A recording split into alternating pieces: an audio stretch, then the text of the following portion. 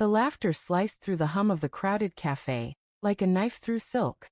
I froze, my coffee cup halfway to my lips as her voice bright and sharp as a bell, cut above the rest. "Oh, him? Just an office clerk. Nothing special." The words landed like a punch, and the cackling that followed from her friends twisted the blade.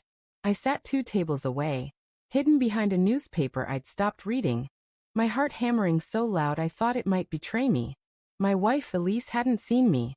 She didn't know I was here. We'd been married 3 years, together for 7. I'd always thought her laughter was my home. Warm, safe mine. Now it mocked me, each peal stripping away the man I thought I was to her. An office clerk. Nothing special. The words looped in my mind, each repetition tightening the knot in my chest. I wanted to stand, to confront her, to demand why, but my legs felt like lead. Instead, I listened, invisible, as her friends' voices overlapped in a cruel chorus. "Elise, you're too good for that," one said, her tone dripping with pity. "You need someone with ambition." "God, yeah," another chimed in.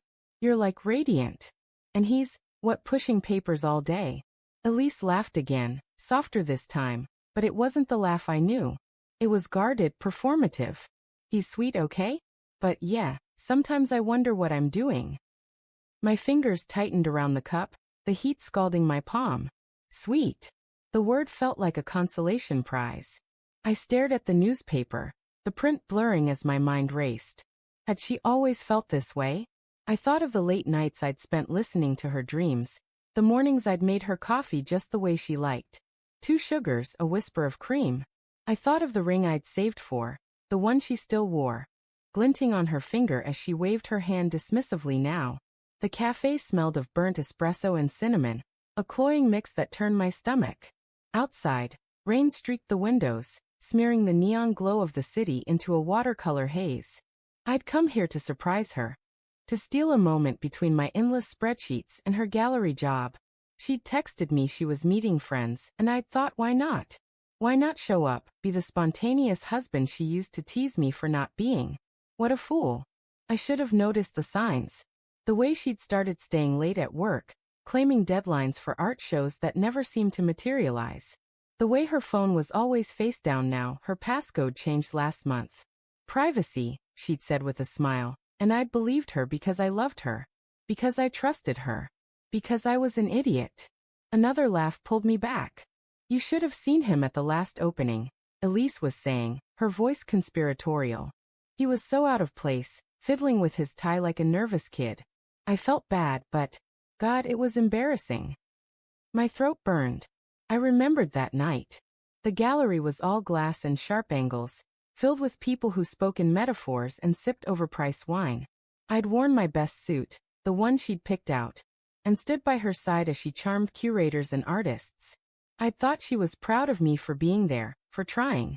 Apparently, I was wrong. I set the cup down, my hands trembling. Part of me wanted to storm over, to demand answers. But another part, the part that still loved her, despite everything, wanted to understand. Why was she saying this? Was it just talk, a way to fit in with these women who dripped with disdain for anything ordinary?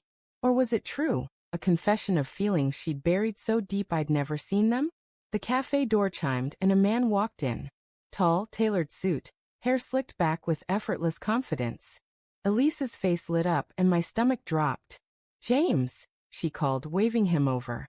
He slid into the booth beside her. Too close, his hand brushing her arm as he leaned in to kiss her cheek. The gesture was casual, intimate. Familiar. I couldn't breathe. The newspaper crumpled in my fists. James. Her gallery director. The one she'd mentioned in passing, always with a careful neutrality that I'd never questioned. He was older, maybe 40, with the kind of charisma that filled a room. I watched as she tilted her head toward him, her smile unguarded, the way it used to be with me. "You're late," she teased, her voice light, flirtatious. "Had to close a deal," he said, his tone smooth as whiskey. "You know how it is, Elise.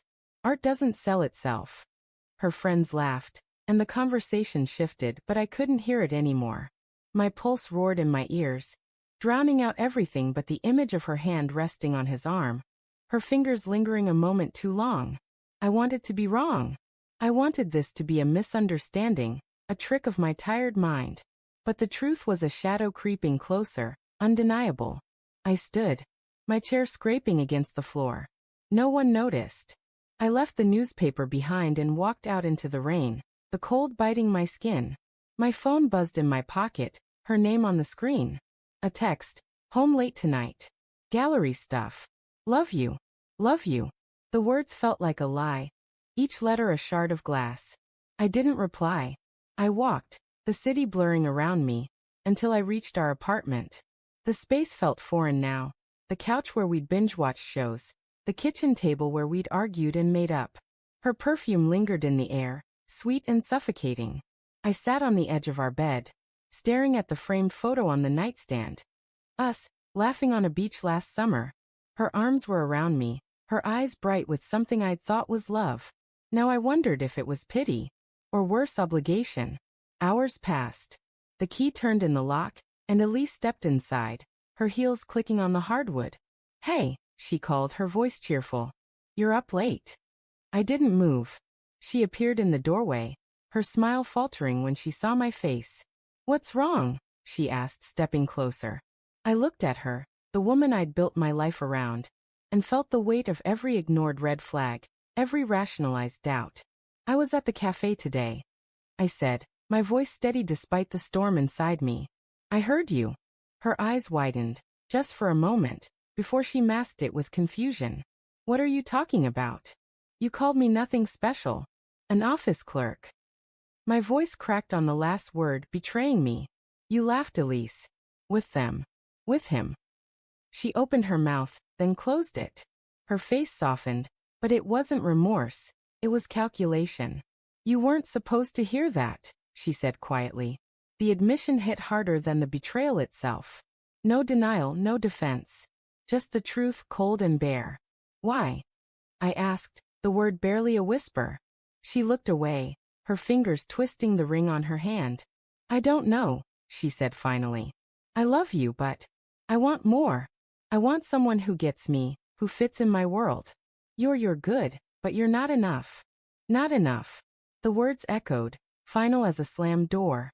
I stood, my heart a raw bleeding thing. "Then why stay?" I asked, my voice rising. "Why pretend?"